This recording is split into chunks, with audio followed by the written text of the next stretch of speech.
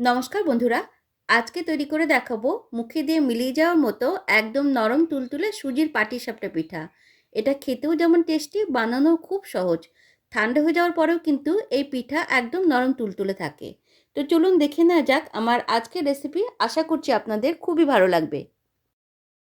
সুজির পাটিসাপটা করার জন্য মিক্সার জারে 1 কাপ সুজি, 1/4 কাপ ময়দা, দুটো ছোট সাইজের খেজুর গুড়ের পাটালি দিচ্ছি। কাপের হিসাবে দেখলে হাফ কাপেরও একটু কম পরিমাণ গুড় আছে এখানে। স্বাদ মতো আরও 2 টেবিল চামচ চিনি দেব। এবার এর মধ্যে অল্প অল্প করে হালকা গরম দুধ দিয়ে দেব।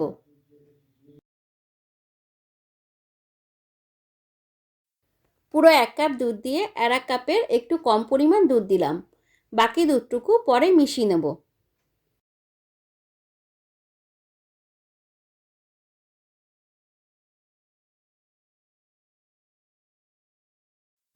দু তিনবার ব্লেন্ড করে উপকরণগুলোকে ভালো করে মিশিয়ে নেব।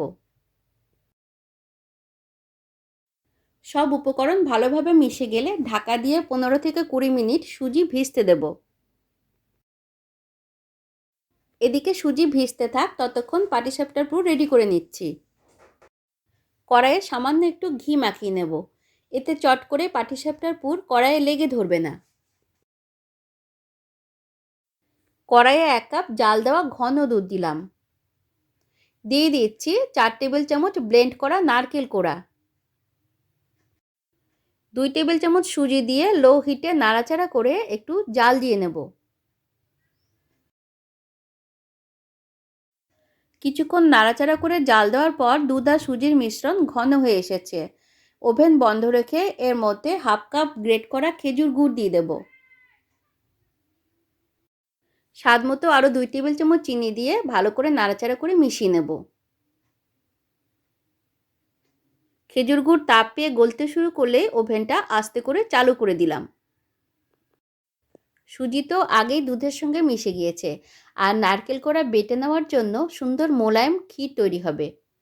এবার প্রয়োজন মতো হিট অ্যাডজাস্ট করে ক্ষীরটাকে আরও একটু ঘন করে নেব। তবে খুব বেশি ঘন করব না, এই মিশ্রণ ঠান্ডা হয়ে যাওয়ার পর আরও একটু ঘন হয়ে যাবে।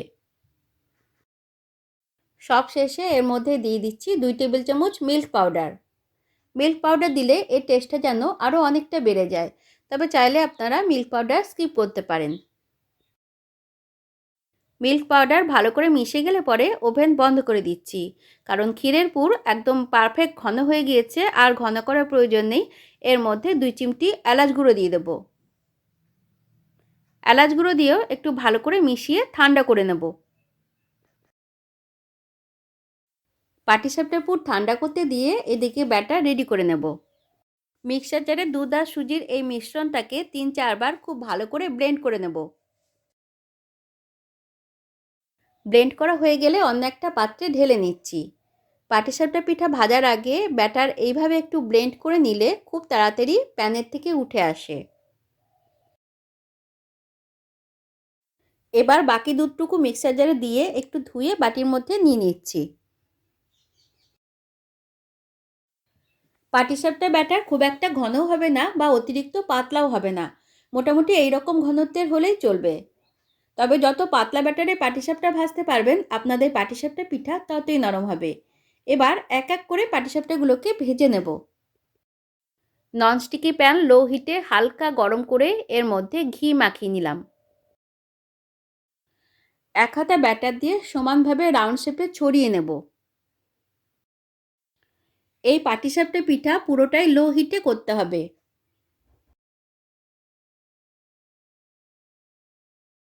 পাটিসাপটার ব্যাটার ট্রান্সপারেন্ট হয়ে আসলে এর মধ্যে পুর দিয়ে দিলাম। ব্যাটার কুক হয়ে গেলে বা ব্যাটারে তরল ভাব শুকিয়ে এলে এবার রোল করে তুলে নেব।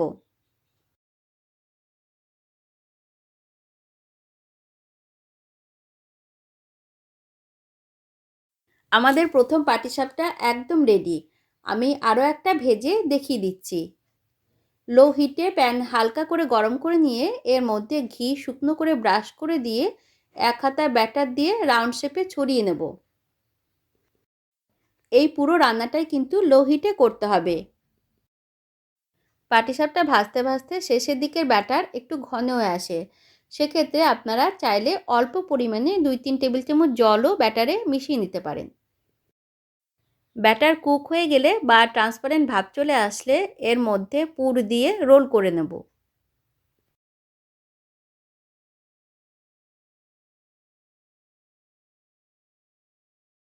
দেখলেন তো কত সহজে পাটিসাপটা পিঠা তৈরি হয়ে গেল। এবার আমি একটু দেখিয়ে দিচ্ছি ঠান্ডা হয়ে যাওয়ার পরেও পাটিসাপটাগুলো কতটা সফট আছে। আপনারাও অবশ্যই একবার এভাবে ট্রাই করুন। আশা করি সকলের ভীষণ ভালো লাগবে। রেসিপি কেমন লাগলো কমেন্টে জানাতে ভুলবেন না। ভালো লাগলে লাইক, শেয়ার, সাবস্ক্রাইব করার অনুরোধ রইল। সকলে ভালো থাকবেন। ধন্যবাদ।